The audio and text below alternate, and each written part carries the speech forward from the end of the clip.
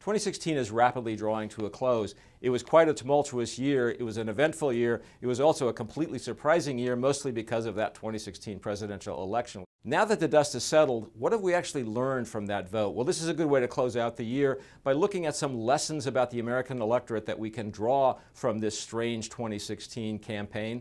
My colleague Dante Cini wrote a piece and he points out 5 things we learned about the vote based on the 2016 presidential election. The first lesson that Dante points to is that there really is a hidden white vote in the American electorate. These are voters who had been invisible, had been apathetic or non-performing. They did show up for Donald Trump in some key places, in Pennsylvania, in Florida, to some extent in Wisconsin, and in Michigan as well. Those were the voters that put Donald Trump over the top. They had been hidden. They came into view this year.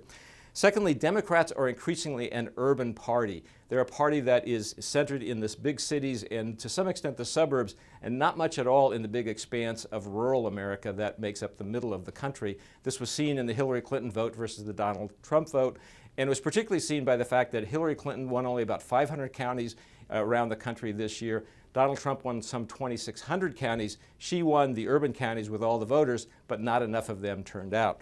The third lesson that was learned was that the education gap now defines the gap between the two parties. Higher educated voters tend to be more Democratic, lesser educated voters tend to be more Republican. That's the surest distinction between voters that you could find in 2016.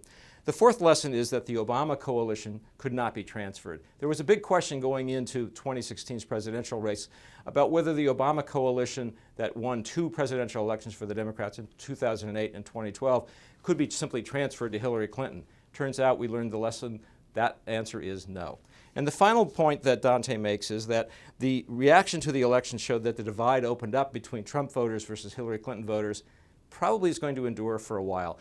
In the aftermath of the election, in the polling that we've done since, almost no Democrats have moved toward a more positive view of Donald Trump than they had before the election. This is unusual because there's usually some coming together after an election, not this time. So the Trump divide may continue for a while after 2016 melts into 2017.